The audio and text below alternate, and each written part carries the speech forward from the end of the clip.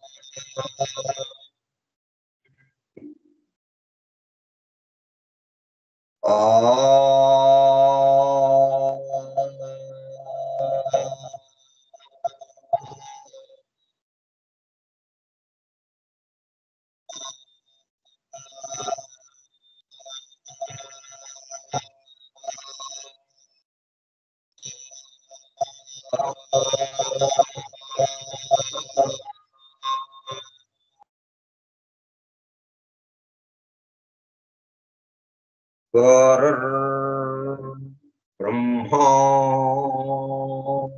गुरुर्विष्णुः गुरुर्देवो महेश्वरः गुरुः साक्षात् परं ब्रह्म तस्मै श्री गुरवे नमः। व्यासं वसिष्ठनप्तारं शक्तेः पौत्रमकल्मषम् पराशरात्मजं वन्दे सुखतातं तपोनिधिम् शुक्लाम्बरधरं विष्णुं शशिवर्णं चतुर्भुजं प्रसन्नवदनं ध्यायेत् सर्वविघ्नोपशान्तये।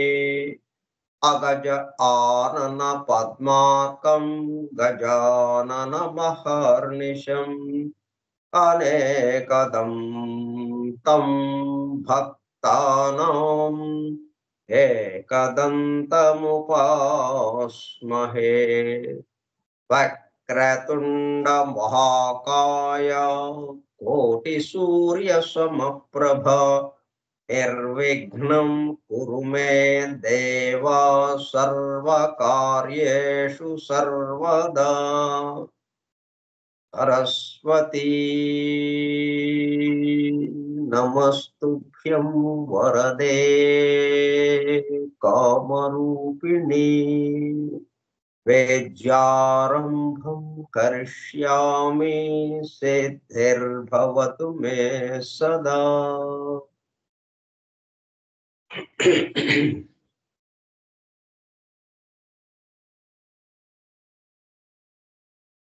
ॐ भूर्भुवः स्वः ॐ तत्सवितुर्वरेण्यं भर्गो देवस्य धीमहि धियो यो नः प्रचोदयात्।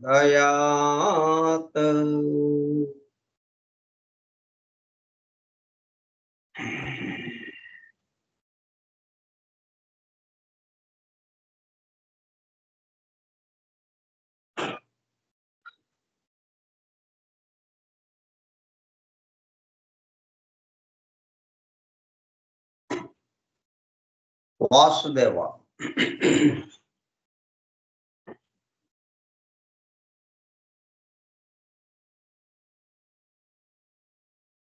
कार्यक्रम परिचय पत्र।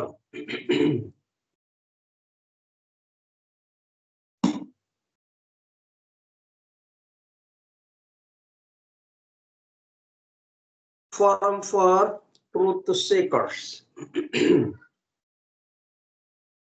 సత్యాన్వేషకుల బృందము పరమ గురువులు ఎలినా పెట్రోనా బ్లవెట్స్కీ ద్వారా సమస్త మానవాళి ఆధ్యాత్మిక అభివృద్ధి పరిపూర్ణతల కొరకు అందించిన మ్యాగ్నమ్ ఓపస్ పరమాద్భుత దివ్య గ్రంథము, దివ్య పవిత్ర గ్రంథము ద సీక్రెట్ డాక్ట్రైన్, రహస్య సత్య సూత్రము, వాల్యూమ్ 1 కాస్మోజెనసిస్, ప్రథమ సంపుటము బ్రహ్మాండోత్పత్తి క్రమము, part 1 cosmic evolution and 7 stanzas from the book of Dzyan, ప్రథమ భాగము ద్విజన్ గ్రంథములోని 7 స్టాంజాస్ లో వివరింపబడిన బ్రహ్మాండ పరిణామము, గ్రంథ పఠనము, అధ్యయనము, అవగాహన, ఆత్మదర్శనము కార్యక్రమము.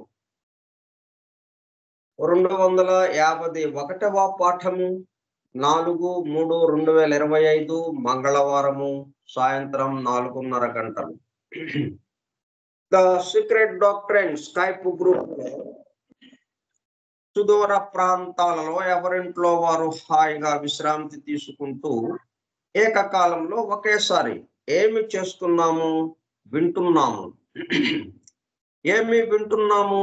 శాస్త్ర సాంకేతిక రంగంలో ఎంతో వేగముగా పురోగమిస్తున్న ప్రస్తుత కాలంలోనే మానవాళి అదే వేగముతో ఆధ్యాత్మిక రంగంలో కూడా పురోగమించుటకు వీలుగా ప్రపంచంలోనే అన్ని జాతుల మతముల పవిత్ర గ్రంథములలో పొడుపు కథల రూపంలో అర్థం అయి అవనట్లుగా ఉన్న సృష్టి రహస్యములను, సృష్టి అమెరికా కూర్పును బహిర్గతం చేసి మానవాళికి అందించి వాటి అవగాహన ద్వారా ఆత్మదర్శనము పొందుట అను దివ్య ప్రణాళిక అమలు పరచబడుటకు పరమ గురువులు మేడం హెలినా పెట్రోనా బ్లవెట్స్కీ ద్వారా అత్యద్భుతముగా అందించిన ద సీక్రెట్ డాక్ట్రైన్ గ్రంథంలో బాహాటముగా ఇవ్వబడిన అతి నిగూఢములైన సృష్టి రహస్యములు, వాటి మూలము, గ్రంథ హృదయమును చేరు పద్ధతులు తెలుసుకోవాలనే తీవ్ర ఇచ్ఛతో, తపనతో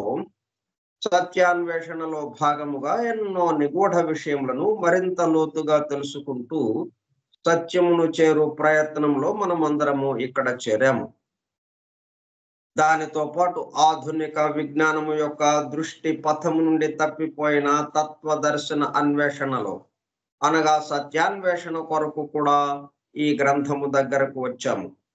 The true student of the secret doctrine is a జ్ఞానయోగి అని మేడం బ్లవెట్స్కీ తన చివరి రోజులలో అన్న మాటలను నిజం చేయటానికి మనమందరము జ్ఞానయోగిగా అవుటకు కూడా ఇక్కడ చేరాము. గత 2 సంవత్సరముల 8 నెలల కాలము పాటు ద సీక్రెట్ డాక్ట్రైన్ గురించి తెలుసుకోవడానికి ప్రయత్నించిన మనము ప్రస్తుతము ఇక్కడ చేరి ద సీక్రెట్ డాక్ట్రైన్ ను తెలుసుకుంటూ ఆపై సమస్త విశ్వముగా రూపుదాల్చిన ద సీక్రెట్ డాక్ట్రైన్ యందు ప్రవేశించి ద సీక్రెట్ డాక్ట్రైన్ గా స్వస్థితి యందు మేల్కాంచుటకు చేస్తున్న చిరు ప్రయత్నమే ఈ కార్యక్రమం. ఈ దివ్య జ్ఞాన మహాయజ్ఞ కార్యక్రమంలో పాల్గొని చెవియొగ్గి వినుచున్న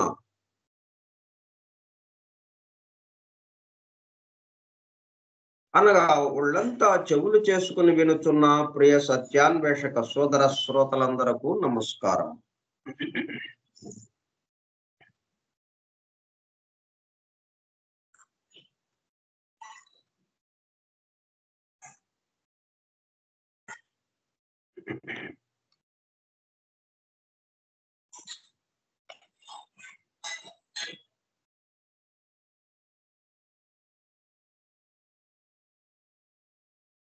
అంటే మనం మాట్లాడుకునే మాటలు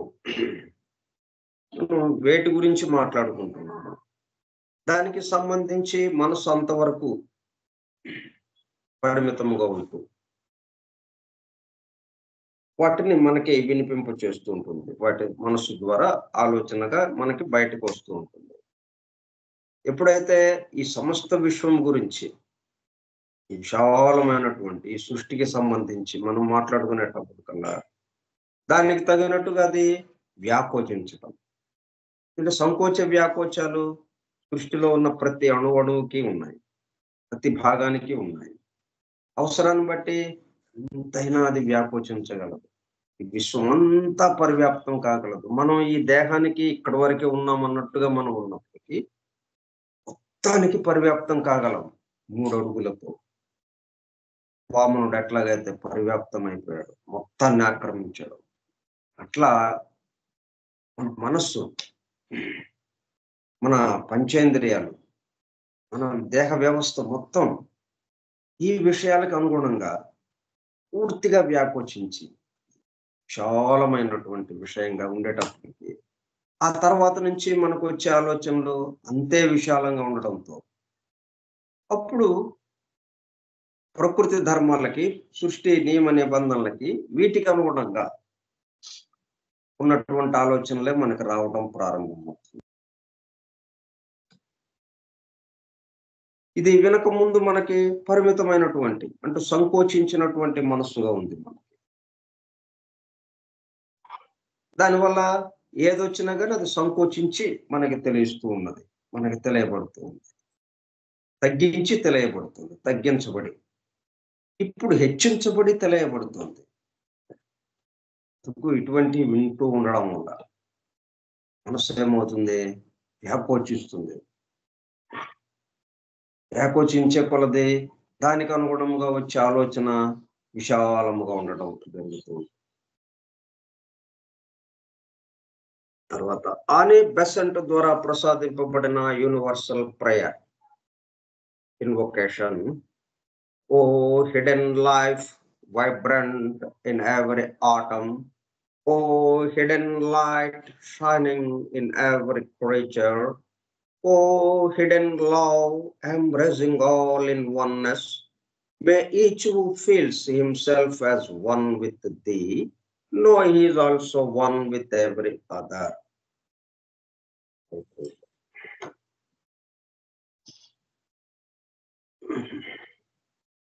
మనం స్టాంజా 1 పూర్తి చేసుకుని 2లోకి వెళ్ళబోతూ ఈ రెండింటికి మధ్యన వారధిగా ఉన్నటువంటి ఒక విషయాన్ని మనకి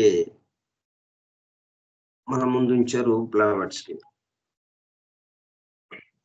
అది తెలుసుకున్న తర్వాత అంటే ఆ వారధి ద్వారా అప్పుడు అవతల ఒడ్డుకు వెళ్ళండి, అంటే ఆ 2వ స్టాంజాలోకి వెళ్ళండి. అది సమగ్రంగా మీకు అవగాహన అవుతుంది.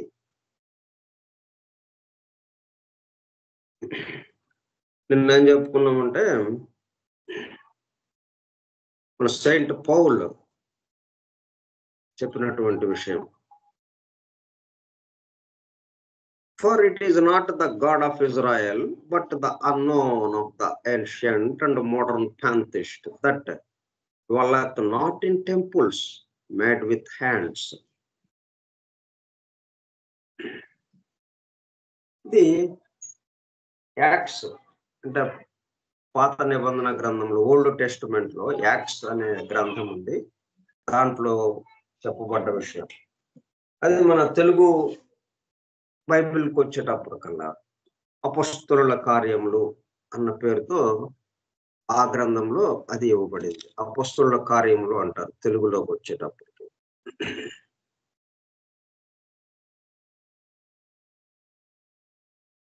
రెండో నూతన కొత్త నిబంధన గ్రంథంలోది, కొత్త నిబంధన గ్రంథంలోని అపొస్తలుల కార్యములు దాంట్లో ఈ ఎథెనియన్స్ తో అంటే ఏథెన్స్ నగర వాసులతో ఆయన మాట్లాడిన మాటలు సెయింట్ పౌల్. అంటే ఇదంతా ఈ కొత్త నిబంధన గ్రంథము గ్రంథస్థం చేయబడిన కాలం ఏంటంటే 50వ సంవత్సరం నుంచి, అంటే క్రీస్తు శకం 50వ సంవత్సరం నుంచి 160వ సంవత్సరం మధ్యలో ఇవన్నీ గ్రంథస్థం చేయబడ్డ కొత్త నిబంధనల గ్రంథంలో ఇవ్వబడ్డవన్నీ కూడా. అంటే క్రీస్తు స్వర్గారోహణ జరిగిన తర్వాత క్రమక్రమంగా ఇవి గ్రంథస్థం చేయటం జరిగింది. 103వ పేజీ.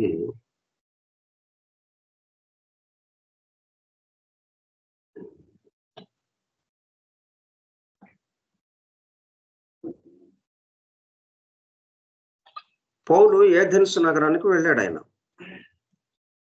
అతనిని ఏథెన్స్ పట్టణం వరకు తోడుకొని వచ్చి శీలయు తిమోతియు సాధ్యమైనంత శీఘ్రముగా అతని యొద్దకు రావాలనని ఆజ్ఞ పొంది బయలుదేరిపోయారు.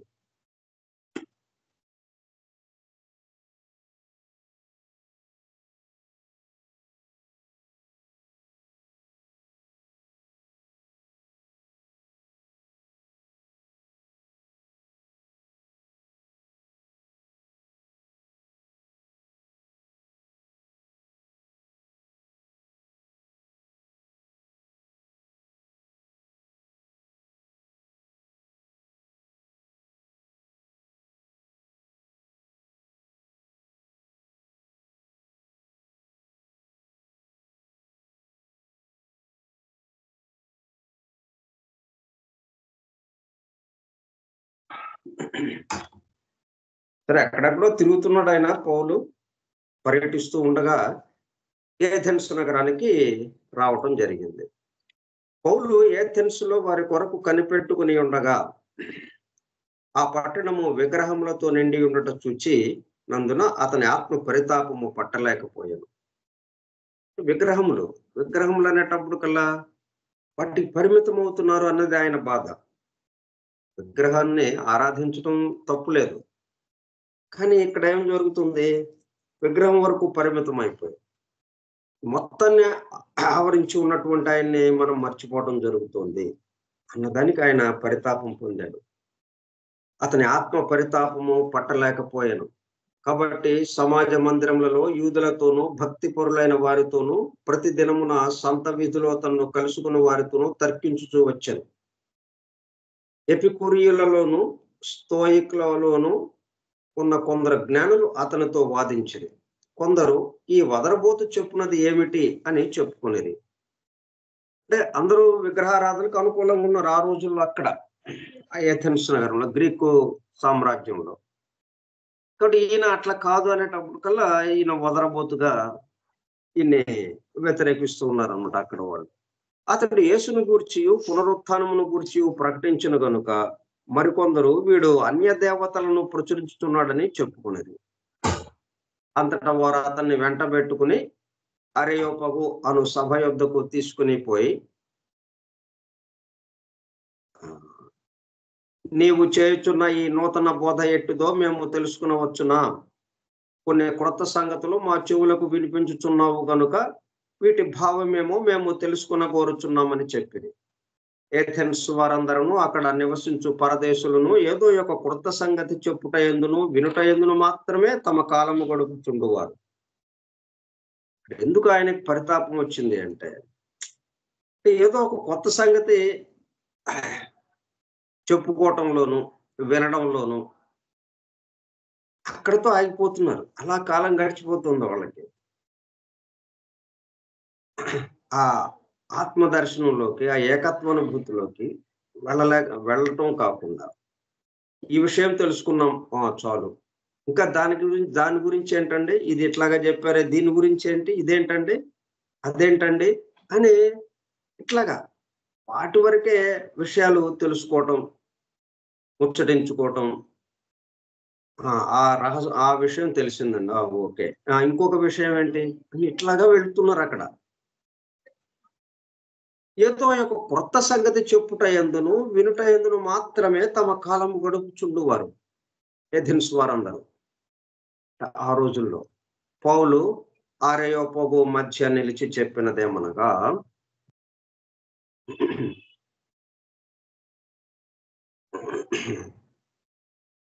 ఏథెన్స్ వారలారా, మీరు సమస్త విషయములలో అతి దేవతా భక్తి గలవారై ఉన్నట్టు నాకు కనబడుచున్నది. నేను సంచరించుచు మీ దేవతా ప్రతిమలను చూచుచుండగా ఒక బలిపీఠము నాకు కనబడెను. దాని మీద తెలియబడని దేవునికి అని వ్రాయబడి ఉన్నది. కాబట్టి మీరు తెలియక దేని యందు భక్తి కలిగి ఉన్నారు. దానినే నేను మీకు ప్రచురపరుచుతున్నాను. అంటే మిగతాయి కాకపోయినా ఆ బలిపీఠం దగ్గర రాసింది మాత్రం కొంతవరకు దగ్గరికి వచ్చారు. తెలియబడని దేవునికి అని వ్రాయబడింది. ఆ బలిపీఠము దేనికి సంకేతంగా పెట్టుకున్నామని చెప్తున్నారు? తెలియబడని దేవునికి. అంటే ఎవరో ఒకడు ఉన్నాడు. వాడు మనకి కనపడేవాడు కాదు గాబట్టి, మనకి తెలియబడేవాడు కాదు గాబట్టి, దానికి సంకేతంగా ఇదిగో ఈ బలిపీఠం ఇక్కడ నిర్మించాము. ఇక్కడ ప్రతిష్ఠించాం ఈ బలిపీఠాన్ని. ఆ దేవునికి, తెలియబడని దేవునికి అని వ్రాయబడి ఉన్నది. కాబట్టి మీరు తెలియక దేనియందు భక్తి కలిగి ఉన్నారో, అంటే మనం తెలియని విషయం యందు భక్తి కలిగి ఉండడం. అది. కలిగి ఉన్నారు. దానినే నేను మీకు ప్రచురపరుచుచున్నాను. ఆ విషయం చెప్పడానికే నేను ఈ మొత్తం తిరుగుతూ ఉన్నాను. సంచరిస్తూ ఉన్నాను అన్ని ప్రాంతాలని. జగత్తును, అందరి సమస్తమును నిర్మించిన దేవుడు తానే ఆకాశమునకును, భూమికిని ప్రభువై ఉన్నందున హస్తకృతములైన ఆలయములలో నివసింపడు. ఇంకా ఇక్కడ ఏమన్నాడు? dwelleth not in the temples made with hands. Dwelleth not in temples made with hands. ఇది మనం నిన్న చదువుకున్న మాట. అదేంటన్నమాట? దేవుడు తానే ఆకాశమునకును భూమికినే ప్రభువై ఉన్నందున హస్తకృతములైన ఆలయములలో నివసింపడు. అండ్ ఇక్కడ పరిమితం చేయటానికి అవకాశం లేదు. ఇక్కడ ఈ చిన్న దాంట్లో ఉండమంటే అక్కడ ఉన్నాడు, లేడని చెప్పడానికి లేదు. మొత్తం ఉన్నవాడు ఆలయంలో లేకుండా ఎలాగుంటాడు? మనం చేసిన విగ్రహంలో లేకుండా ఎలాగుంటాడు? కానీ మనం ఏ పద్ధతిలో చేస్తున్నాం? ఈ విగ్రహంలో ఉన్నాడు, ఇంకెక్కడా లేడు అన్నట్టుగా ఆ భావనతో చేస్తున్నాం ఇక్కడ. అందుకని ఆయన దాన్ని కొంచెం వ్యతిరేకించడం. మీరు ఎట్లాగా చేయాలి ఆ విగ్రహాలని? మొత్తానికి సంబంధించిన మనం ఊహించలేం కాబట్టి, మన ఊహకి, మన కోసం, మన సౌకర్యం కోసం మనం వీలుగా, మనం ఏదైనా పూజ అర్చన చేయటానికి వీలుగా ఒక విగ్రహాన్ని సంకేతంగా ఇక్కడ పెట్టుకున్నాం. ఈ విగ్రహం ద్వారా ఈ సమస్తాన్ని మనం పూజిస్తున్నాం, ఆరాధిస్తున్నాం. మొత్తం వ్యాపించి ఉన్నవాడిని, ఆ తెలియబడని అన్నది అది అంతవరకు కరెక్టే. అది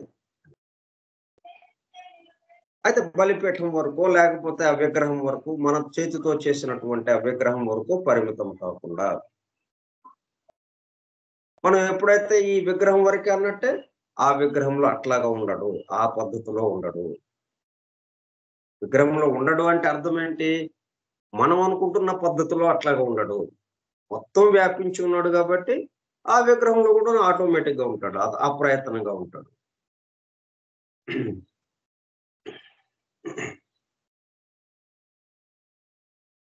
ఇప్పుడు సముద్రంలో చెంబు పెట్టాం, చెంబులో సముద్రపు నీళ్లు అప్రయత్నంగా వచ్చేస్తాయి. ఈ చెంబులోనే సముద్రపు నీళ్లు ఉన్నాయి, మిగతా ఎక్కడ సముద్రపు నీళ్లు లేవు అంటే మరి కాదు కదా. ఆయన అందరికి జీవమును, ఊపిరిని, సమస్తమును దయచేయవాడు గనుక తనకు ఏదైనా కొదువై ఉన్నట్టు మనుషుల చేతులతో సేవింపబడువాడు కాడు. మనం ఏదో ఆయనకి ఇవ్వటానికి అన్నట్టుగా ప్రయత్నం చేస్తున్నాం. అట్లా ఆయనకి ఏదో కొదువ ఉందని, ఆ కొదువుని మనం తీరుస్తున్నామని ఇట్లాగ అనుకుంటూ ప్రార్థన సరి అయినది కాదు.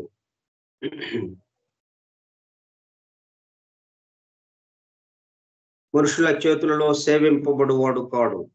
మరియు యావత్ భూమి మీద కాపురం ఉండుటకు ఆయన యొక్కని నుండి ప్రతి జాతి మనుషులను సృష్టించి, వారు ఒకవేళ దేవుణ్ణి తడవులాడి కనుగొందురేమోయని తన్ను వెదకు నిమిత్తము నిర్ణయ కాలమును వారి నివాస స్థలం యొక్క పొలిమేరలను ఏర్పరచను. ఆయన మనలో ఎవ్వరికీ దూరముగా ఉండేవాడు కాడు. మనం ఆయన యందు బ్రతుకుచున్నాము, చలించుచున్నాము, ఉనికి కలిగి ఉన్నాము. ఎక్కడున్నాం? ఆయన యందు. అటువలే మనం ఆయన సంతానమని మీ కవీశ్వరులలో కొందరును చెప్పుచున్నారు. కాబట్టి మనము దేవుని సంతానం అయి ఉండి, మనుష్యుల చమత్కార కల్పనల వలన మలచబడిన బంగారమునైనను, వెండినైనను, రాతినైనను దేవత్వము పోలి ఉన్నదని తలంపకూడదు. ఆ అజ్ఞాన కాలంలో దేవుడు చూచి చూడనట్టుగా ఉండెను. ఇప్పుడైతే అంతటను అందరును మారు మనస్సు పొందవలనని మనుషులకు ఆజ్ఞాపించుతున్నాడు.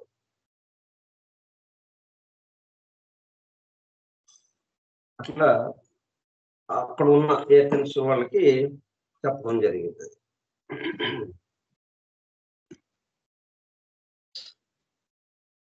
ఇందులో పరిమితం కాకుండా. అయితే మనం విగ్రహాలు ఉండకూడదంటే ఉండకూడదని చెప్పట్లేదు. ఏది కావాలంటే అది ఉంచుకోండి. అయితే దానిని ఆధారంగా చేసుకొని మనం ఇంకో చోటకి వెళ్ళాలి. ఇక మనం చేరిపోయాం, ఇక్కడ కూర్చున్నాము అనేది కాదు. ఆ విగ్రహం దగ్గర ఆగిపోకూడదు మనం. విగ్రహాన్ని ఆసరాగా చేసుకుని. ఆ విగ్రహం ఎందుకు పెట్టుకున్నాం? మొత్తాన్ని మనం ఊహించలేము కాబట్టి.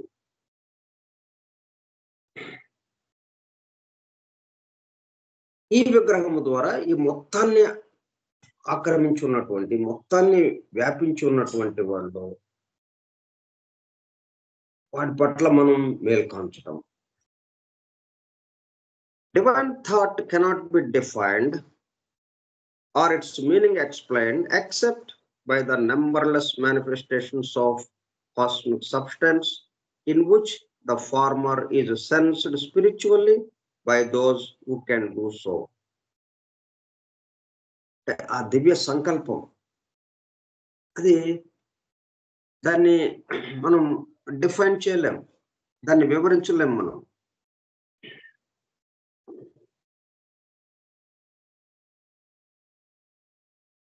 అయి ఉండవచ్చు అని మనం అనుకోవటమే కానీ ఇది ఫలానా ఈ మాదిరిగానే ఆయనకి సంకల్పం కలిగింది అని చెప్పడానికి మనకి అవకాశం లేదు.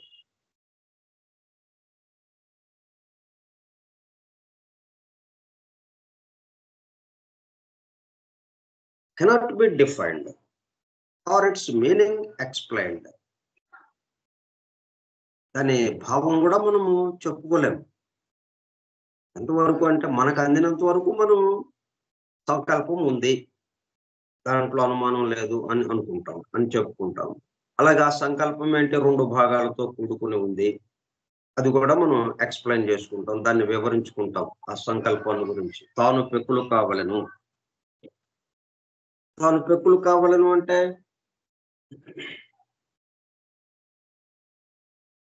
ఇంక ఉన్న ఒక్కడే ఎక్కువ మంది అవ్వటం అనేది. ఉన్న ఒక్కడే అనేక మంది అవ్వటం. ఆ సంకల్పంలోనే స్పష్టంగా మనకు అర్థమవుతుంది. ఎందుకు అట్లాగా పెక్కులు అవ్వటం అని మనం ప్రశ్న వేసుకుంటే, ఇది అయి ఉండవచ్చు. అట్లాగా తను ఒక్కడే ఉన్నాడు. మాట్లాడుకోవటానికి అవకాశం లేదు కాబట్టి.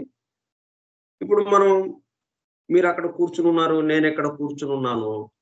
అందువల్ల నేను మాట్లాడుతుంటే మీరు వింటున్నారు. అదే నేనొక్కడినే ఉన్నాను. నేను మాట్లాడుకుంటే ఎవరు వింటారు?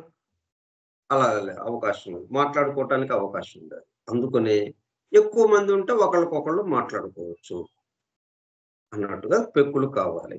కానీ పెక్కులు కావాలి అంటే అది స్థూలంగా అయిపోయి స్థితి భేదం చేత అనేకత్వం వస్తుంది. భిన్నత్వం వస్తుంది. తన యొక్క స్వస్థితిని మర్చిపోవటం జరుగుతుంది. మరి ఎట్లాగా అప్పుడు? అందువల్ల మళ్ళీ రెండో భాగం ఏంటంటే, తన స్వస్థితిని గుర్తుకు తెచ్చుకోవటం. గుర్తుకు తెచ్చుకొని, ఆ ఎరుకతో ఈ అనేకత్వంలోనే ఉన్నది నేనే అన్న భావనతో, ఉన్నది ఒకే ఒకటి అన్న భావనతో, ఒకరి పట్ల ఒకరు. నేనే కాబట్టి నా యందు నేను ఎంత ప్రేమగా ఉంటానో, చుట్టూ ఉన్న వాళ్ళందరూ కూడా ఇక అంతే ప్రేమగా ఉంటాం. ఇంక అంతకన్నా వేరే అవకాశం లేదు. అట్లా అందరి పట్ల మనందరము అందరి పట్ల ఒకళ్ళ పట్ల ఒకళ్ళు ప్రేమతో ఆనందంగా జీవించడం. ఇది ఆయన యొక్క సంకల్పము. అయితే ఆ మాదిరిగా మనకు తెలిసినంతలో వివరించుకుంటున్నాం కానీ వాస్తవంగా ఏంటనేది మనం దాన్ని డిఫైన్ చేయలేము, ఎక్స్‌ప్లెయిన్ చేయలేము. Except by the numberless manifestations of cosmic substance. అయితే మరి ఇది ఎందువల్ల ఇట్లాగా మనం చెప్పుకోగలుగుతున్నాం? నంబర్‌లెస్ మానిఫెస్టేషన్స్.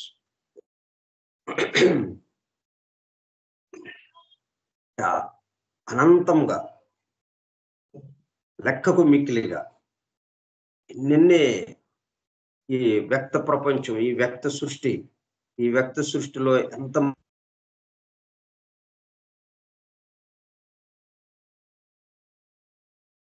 ఎంతమంది జీవులు ఎక్కడ ఉన్నారు? ఈ వ్యక్త ప్రపంచంలో అనేక రకాలైనటువంటి ఈ వ్యక్త ప్రపంచంలో ఈ డివైన్ సబ్‌స్టెన్స్ ఏదైతే ఉందో, cosmic substance, pre cosmic substance అని మనం ప్రారంభంలోనే ఆయన నుంచి ఆ దివ్య సంకల్పంతో పాటు, ఆ సంకల్పానికి అవసరమైన 2 వస్తువులు బయటకొచ్చినాయి. ఒకటి రూపము, అంటే మూల పదార్థం. రూపానికి సంబంధించిన మూల పదార్థం సబ్‌స్టెన్స్, కాస్మిక్ సబ్‌స్టెన్స్.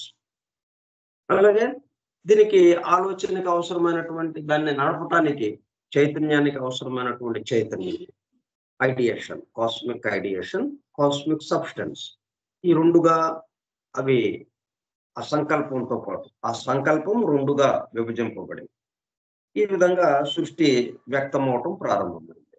ఈ వ్యక్తమవడంలో రూప జగత్తు అనేక రూపాలతో, ఒకే పదార్థము అనేక రూపాల్ని సంతరించుకునేటప్పుడు manifestations of cosmic substance in which the former is sensed spiritually. ఏమవుతుంది? ఎవరి ద్వారా అయితే ఇది ఆ సంకల్పము ఎక్కడి నుంచి అయితే వచ్చిందో, ఎవరి నుంచి అయితే వచ్చిందో, సంకల్పం వచ్చింది అంటే, ఆలోచన వచ్చింది అంటే, ఆ ఆలోచనకి సంబంధించిన కూడా ఎవరో ఉండాలి కదా అక్కడ. నేను ఇక్కడ మాట్లాడుతున్నానంటే మాట్లాడేవాడు ఒకడు ఎక్కడో ఉండాలి కదా. మాట్లాడేవాడు ఒకడు ఉండటం వల్ల వాడి ద్వారా మాటలు బయటకు వస్తున్నాయి. అలాగే సంకల్పం, డివైన్ థాట్ వచ్చింది అంటే ఎవరో ఉన్నారు అక్కడ. వాడున్నాడు అన్నది సెన్స్డ్, మనం గ్రహించడానికి, మనం అనుభూతి చెందటానికి.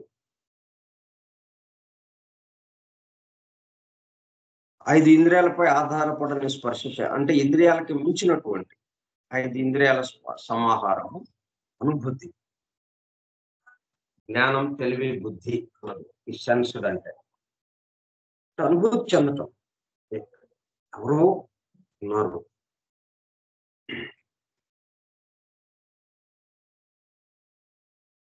ఇక్కడ మల్లెపూల వాసన వస్తుంది అంటే ఎదురుగా మల్లెపూలు లేవు. ఆ గుడ్డ ఉంది అంతే. జేబురుమాలు ఉన్నది అంతే. జేబురుమాలు దగ్గర పెట్టుకునేటప్పటికల్లా దాని నుండి వాసన వస్తుంది. చక్కటి సువాసన, మల్లెపూల యొక్క సుగంధం. అంటే అంతకుముందు దీంట్లో మల్లెపూలు ఉండి ఉండాలి. దీంట్లో మల్లెపూలు లేకుండా ఆ వాసన రావడానికి అవకాశం లేదు అన్నట్టుగా అలా సెన్స్డ్, అలా అనుభూతి చెందటానికి ఎవరి గురించి ఆ డివైన్ థాట్ ఎవరి నుంచి అయితే బయలుదేరిందో, spiritually by those who can do so.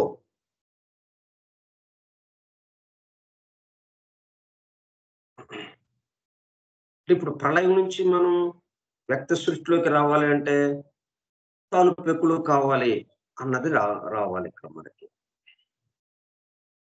అది రావాలి అంటే ఈ వ్యక్త సృష్టికి సంబంధించి రూపము, జీవము అన్న 2 విభాగాలు రావాలి. వాటి గురించి ఇక్కడ మనకి వివరించడం జరుగుతుంది.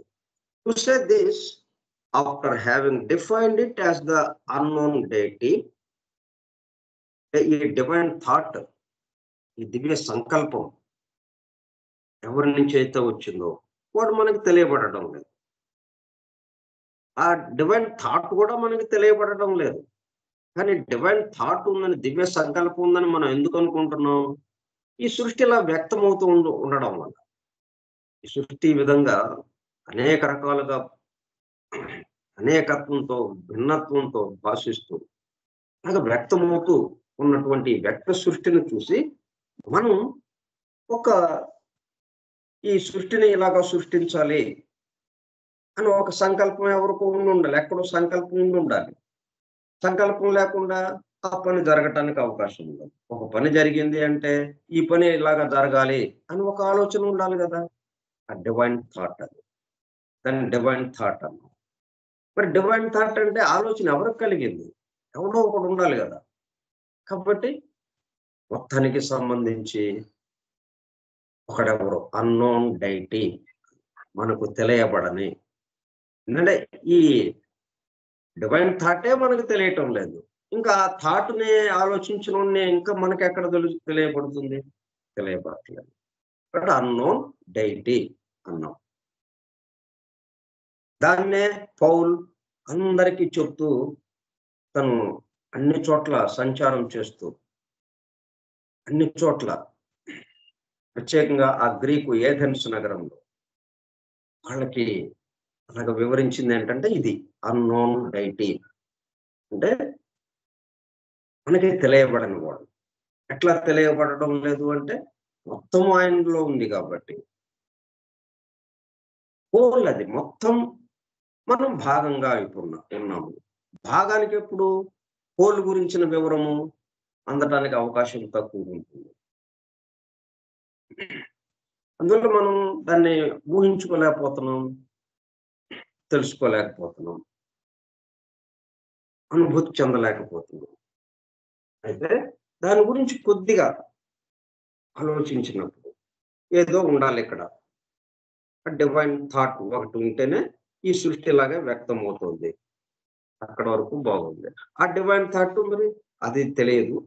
కానీ దాని యొక్క కార్యం ఏదైతే ఉందో, కారణము అది, కార్యము ఈ వ్యక్త సృష్టి. అదే ప్రళయం నుంచి వ్యక్త సృష్టిలోకి రాబోతుంది.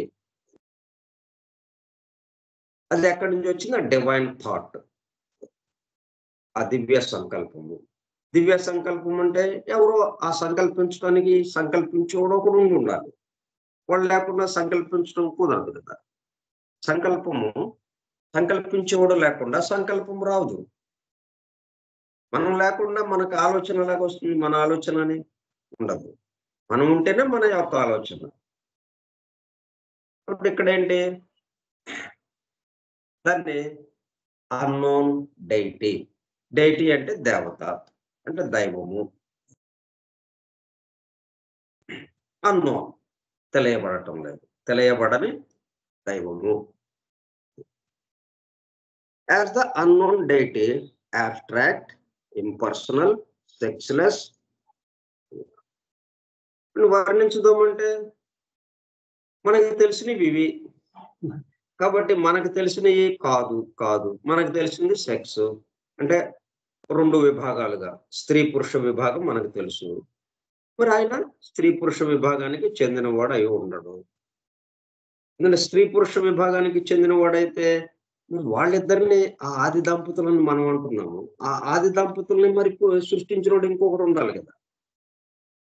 కాబట్టి చివరికి మనం వెళ్తే వాడు స్త్రీ పురుష భేదం లేనివాడు అయి ఉండాలి. అందుకని సెక్స్‌లెస్, ఇంపర్సనల్. మనయన్ని వ్యక్తిగతంగా విడివిడిగా ఉంటాయి. అంటే పేర్లతో, వ్యక్తులతో ఇలాగా ఉన్నాయి మరి. అట్లా ఎందుకు పెట్టుకున్నాం ఇయన్నీ? చాలా మంది ఉన్నాం కాబట్టి, అనేక మంది ఉన్నాం కాబట్టి మనం ఒకరికొకరం గుర్తించుకోవటానికి వీలుగా, ఒకరితో ఒకరం వ్యవహరించడానికి వీలుగా రకరకాల పేర్లు, రకరకాల వ్యక్తులుగా ఇట్లాగా పెట్టుకున్నాం. మరి ఆయన ఉన్నది ఒక్కడే కాబట్టి ఇక ఆయనకి పేరు అక్కర్లేదు. ఉన్నది ఒక్కడే. ఇక్కడ ఆయన గుర్తించడానికి పేరు అక్కర్లేదు. ఆయనతో వ్యవహరించడానికి ఎవరున్నారు ఇక్కడ? వ్యవహరించడానికి ఉన్నది ఒక్కడు. కాబట్టి ఆయనకి పేర్లు వీటితో ఏ మాత్రం పని లేదు. కాబట్టి ఇంపర్సనల్. గుర్తింపబడటానికి అవసరం లేనివాడు. అంటే గుర్తు తెలియడానికి ఇట్లా గుర్తు తెలియని వాడు, పేరు లేనివాడు, not referring to individuals or reflecting personalities, but focusing of events and facts. Personal అంటే ఒకదాని ద్వారా తెలియబడటమే కానీ ఆయనకంటూ ఇంకేమీ లేదు అన్నది. Which must be placed at the root of every cosmogony. అంటే ఈ విశ్వ ఆవిర్భావానికి సంబంధించి, కాస్మోగనీ అంటే విశ్వ ఆవిర్భావానికి సంబంధించిన శాస్త్రము. Branch of a science that deals with the origin of universe. ఇది ఎట్లాగా వ్యక్తమైంది? ఎందుకంటే అంతకుముందు లేదు, లేనిది వస్తుంది, మరలా ప్రళయ స్థితిలోకి వెళ్ళిపోతుంది, లేకుండా అయిపోతుంది, మరలా కొత్తగా వస్తుంది అన్నట్టుగా ఉంటుంది. అందువల్ల ఆరిజిన్ ఆఫ్ ద యూనివర్స్, ఈ విశ్వం యొక్క పుట్టుకకి మూలమైనటువంటిది, దానికి సంబంధించిన శాస్త్రము, దానికి సంబంధించిన విషయాల్ని తెలియచేసేది కాస్మోగనీ అంటే. ఎస్పెషల్లీ ద సోలార్ సిస్టమ్, విశ్వం యొక్క మూలము మరియు దానిని రూపొందించిన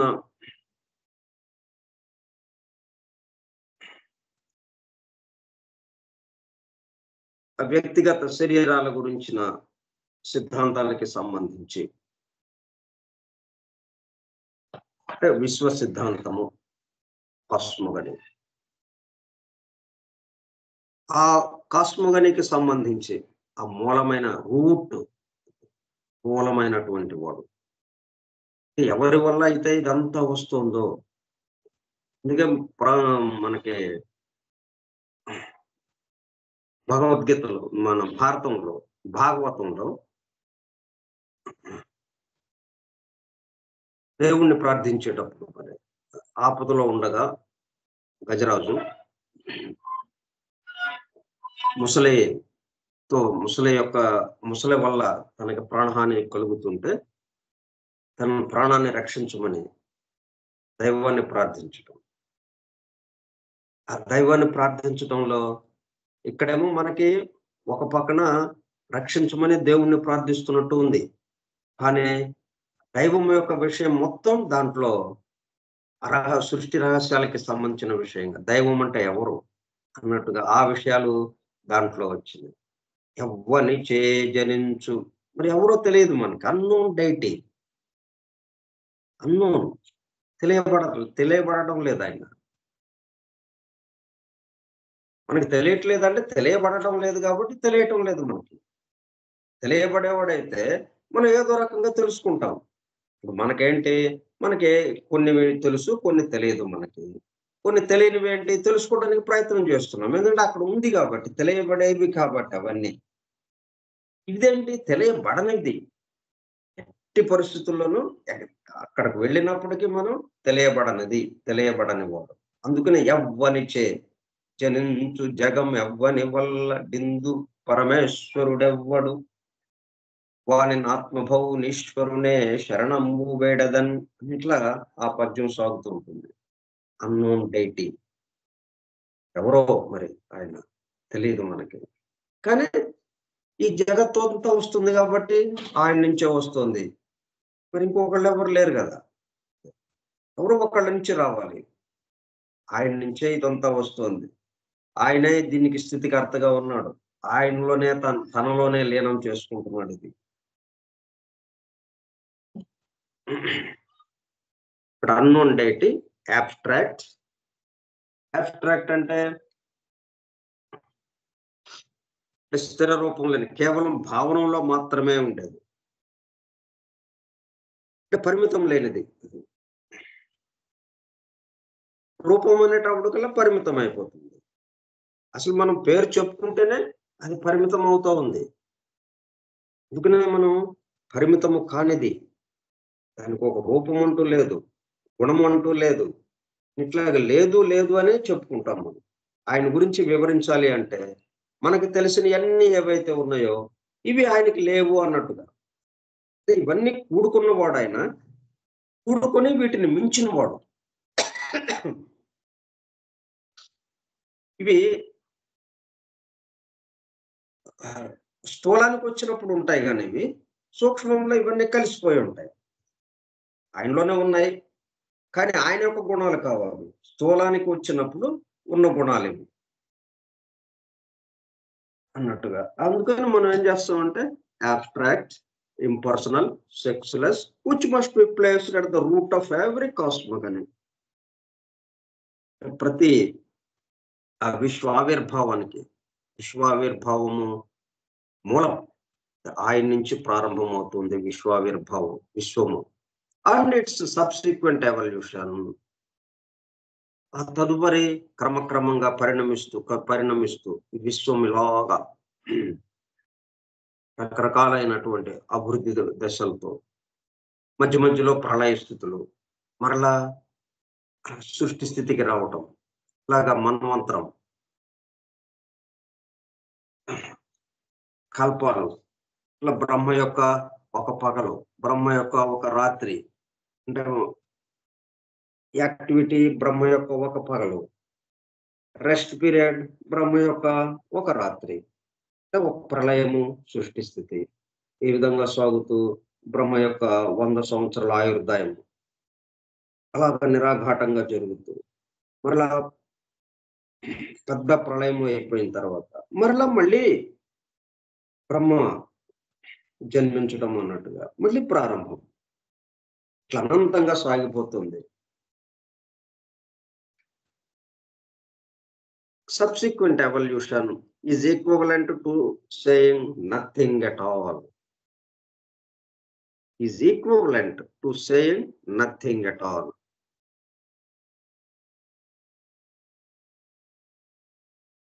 To say this after having defined it as the unknown deity, but చివరికి nothing at all.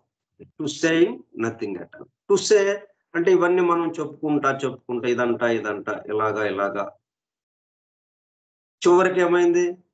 ఏమీ లేదు, మొత్తం ఉన్నది ఒకటే, కాబట్టి ఇదంతా ఏమీ లేదు అన్నట్టుగా సేయింగ్ నథింగ్ అట్ ఆల్ అన్నట్టుగా అయిపోతుంది. It is like attempting a transcendental equation of condition. ఈ విధంగా మనం ఆ అన్నోన్ డైటీ గురించి మనం మాట్లాడుకుందామంటే ఎలా ఉంటుందంటే అది it is like attempting a transcendental equation. Transcendental అంటే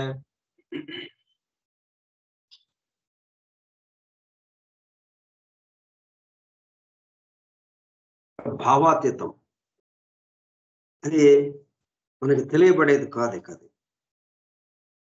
మన పంచేంద్రియాలకి అందేది కాదు. భావాతీతం. మరి అందకుండా ఎలాగ భావాతీతం అని ఉన్నదని ఎలాగా చెప్తున్నారండి అని అంటే ఈ పంచేంద్రియాలను కూడా దాటి వెళ్ళిన వాళ్ళు, ఈ పంచేంద్రియాల యొక్క పరిమితుల్ని దాటి ఈ విశ్వవ్యాప్తమైన వాళ్ళు అనుభవించినటువంటి ఒక స్థితి, ఆ భావాతీత స్థితి, ట్రాన్సెండెంటల్. అందువల్ల వాళ్ళు చెప్పగలిగారు అది. వాళ్ళ యొక్క వాళ్ళు ఏ స్థితిలో ఉన్నారో ఆ స్థితి గురించి కొంత చెప్పడం వల్ల ఇక్కడ ఏం చెప్తున్నాం మనం? Attempting a transcendental equation of conditions for the true values of a set, having in hand for deducing them only a number of unknown quantities. అటువంటి ట్రాన్సెండెంటల్ ఈక్వేషన్ కి వెళ్తాం మనం. ఆ సర్వోత్కృష్టమైనటువంటిది, ఆ ఉత్తమమైనటువంటిది, భావాతీతమైనటువంటిది, surpassing, going beyond ordinary limits.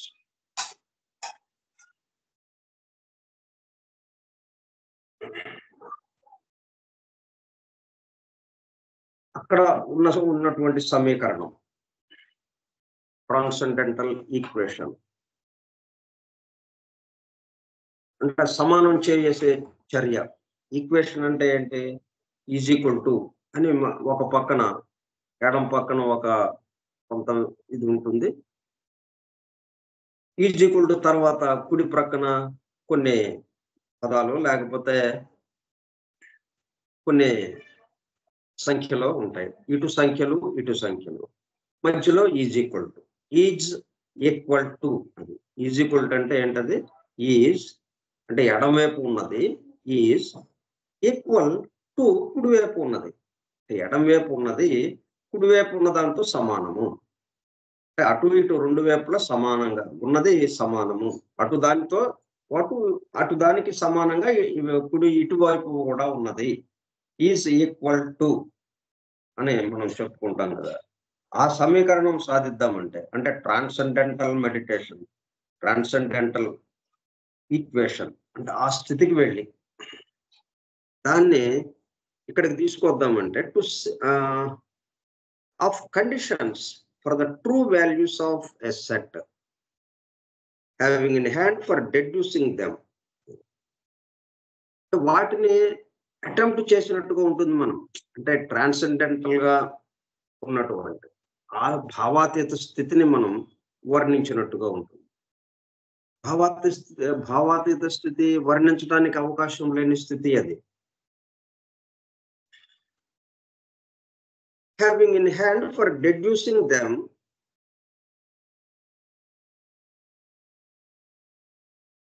deducing అంటే ఒక నిర్ణయానికి రావటం, to come to a conclusion often without all the necessary relevant information. అంటే మనకు అందుబాటులో ఉన్న ఏదో కొద్దిగా ఉన్న విషయాలను బట్టి ఇది ఇట్లాగండి అని ఒక నిర్ణయానికి రావటం. అట్లా మనం deducing them only a number of unknown quantities. అక్కడ కూడా మన దగ్గర ఏమున్నాయి? లేనివి. మన దగ్గర ఉన్నాయన్నీ ఆయన గురించి మనం ఏమన్నా చెప్పుకోవాలి అంటే ఆయన ఎవరో తెలియదు. మన గుణాలు ఉన్నాయా? ఆయనకి మన గుణాలు లేవు.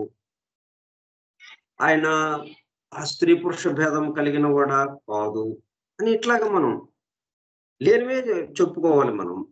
Unknown quantities, a number of, for deducing them only a number of unknown quantities. అందుకే మనకి ఉపనిషత్తులు వేదము ఆయన గురించి చెప్పేటప్పుడు నేతి నేతి నేతి అని చెప్పడం జరుగుతుంది. నా ఇతి ఇది కాదండి, ఇంకోటేదో నా ఇతి ఇది కాదు ఇట్లాగా వర్ణించడం జరుగుతుంది ఆయన గురించి. Its place is found in the old primitive symbolic charts.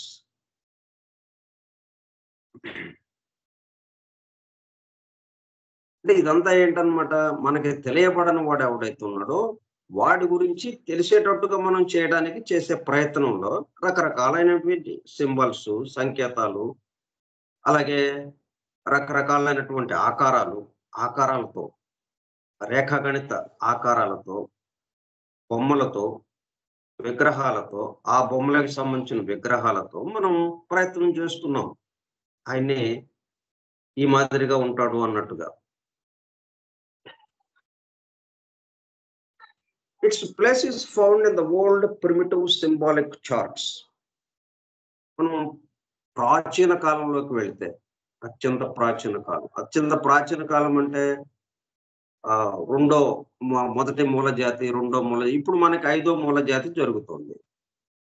కాబట్టి వెనక్కి వెళితే 4వ మూల జాతి కానీ, 3వ మూల జాతి కానీ, వాటికి సంబంధించిన వాళ్ళు ఎట్లాగా ఆలోచించారు, ఈ సింబల్స్ ద్వారా అంటే చార్ట్స్ ద్వారా ఎట్లాగా ఈ అన్నోన్ డైటీ గురించి మనకి వివరించడానికి ప్రయత్నం చేశారు. అంటే చార్ట్స్ అంటే వివరాలు వ్రాసిన పటం, ఆ బొమ్మలతో రేఖాగణిత ఆకారాలతో వేసినటువంటి ఆ పటాలు చార్ట్స్ తో, అంటే సింబాలిక్ చార్ట్స్, అంటే ప్రతీకాత్మకమైన సాంకేతికమైనటువంటి చిహ్నాలను ఉపయోగించినటువంటి మనకి చార్ట్స్. అంటే మనం ఏం చేస్తున్నాం ఇప్పుడు, షట్చక్రాలు, సహస్రారము, కుండలిని, ఇట్లా వీటి గురించి మనకి చార్ట్స్ తో వివరిస్తూ వస్తున్నారు. అట్లాగా ఈ ఈ అన్నోన్ డైటీ ఏదైతే ఉందో, ఈ మొత్తానికి సంబంధించిన వాటి గురించి వివరించడానికి ఇట్లా ప్రాచీనులు ఎంతో ఆ చార్ట్స్ ద్వారా మనకి తెలియచెప్పడానికి ప్రయత్నం చేశారు. Primitive symbolic charts in which, as shown in the text, it is represented by a boundless darkness. ఆయన గురించి చెప్పుకోవాలి అంటే ఇంకే ఆ చార్ట్ మొత్తం బౌండ్లెస్ అంటే ఖాళీగా ఉంచేశారు. ఇక్కడ ఎట్లా ఉంచారు? With darkness. మొత్తం నలుపు పూసేశారు. ఇక్కడ కాగితం మొత్తం ఆ చార్ట్ ఏదైనా తీసుకున్నారనుకోండి, ఒక మందపాటి కాగితం తీసుకుని ఆ మొత్తం ఏం చేశారు? నల్లగా పూసేశారు. ఇదండి ఆయన boundless darkness represented by a boundless darkness on the ground of which appears the first central point in white. ఆ మధ్యలో ఏం చేశారు తర్వాత అంటే ఆ పేజీ తిప్పి ఆ చార్ట్ లో ఏమున్నది, ఆ చార్ట్ తిప్పేసి మళ్ళీ దాని అడుగున ఇంకొక చార్ట్ ఉంది, ఇంకొక పటం ఉంది. ఆ పటంలో ఏముంది? మొత్తం మళ్ళీ అదే బ్యాక్గ్రౌండ్, బ్లాక్ బ్యాక్గ్రౌండ్, మొత్తం నల్లగా ఉన్నది. ఆ నల్లటి దానిలో మధ్యలో ఒక చిన్న సన్నటిది తెల్లటి చుక్క. చూడంగానే అది కనిపిస్తుంది ఎక్కువగా. ఈ మొత్తం కన్నా ఆ తెల్లటి చుక్క వెంటనే మన కంటికి కనిపిస్తూ ఉందన్నమాట. అంతగా ఎంత సన్నగా ఉందో అది, దాని మీదకి మన దృష్టి వెళ్ళిపోతుంది. ఈ మొత్తం చూస్తున్నాం మనం. చార్ట్ అంతా ఎలాగుంది? బ్లాక్నెస్ తో ఉంది. డార్క్నెస్ తెలియజేయడానికి బ్లాక్ కలర్ పూసేశారు. నల్లగా ఉంది, డార్క్నెస్. దాంట్లో వైట్ తెల్లటిది చిన్న చుక్క. మనం పొట్టు పెట్టుకుంటాం చూడండి,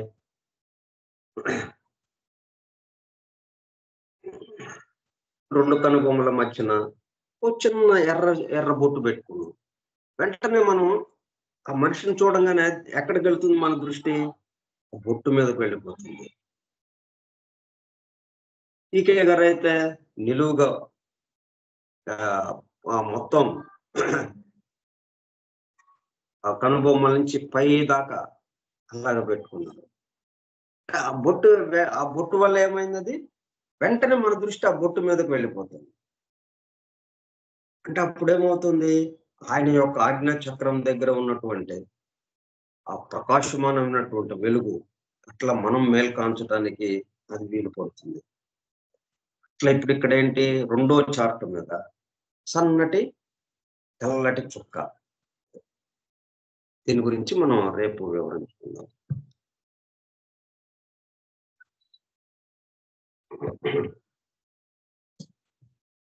స్వస్తి ప్రజాభ్యః పరిపాలయంతాం న్యాయేణ మార్గేణ మహీం మహిషాః ఓ బ్రాహ్మణేభ్యః శుభమస్తు నిత్యం. లోకాః సమస్తాః సుఖినో భవంతు. లోకాః సమస్తాః సుఖినో భవంతు. లోకాః సమస్తాః సుఖినో భవంతు. ఓం శాంతి శాంతి శాంతిః.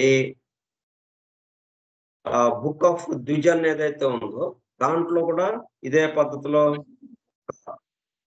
ఫస్ట్ చార్ట్ మీద నల్లటి బ్యాక్గ్రౌండ్, ఆ తర్వాత ఇంకొక చార్ట్, ఇంకొక పేజీ తిప్పితే ఒక సన్నటి చుక్క, మళ్ళీ ఆ పేజీ తిప్పితే అట్లా ఆయన గురించిన ఆ అన్నోన్ డైటీ గురించి, ఆ తెలియబడని దైవం ఎవరైతే ఉన్నారో ఆయన గురించి తెలుసుకోవడానికి కొంచెంగా ఈ విధమైనటువంటి సంకేతాలతో వివరింపబడింది. ఓకే. వాసుదేవ.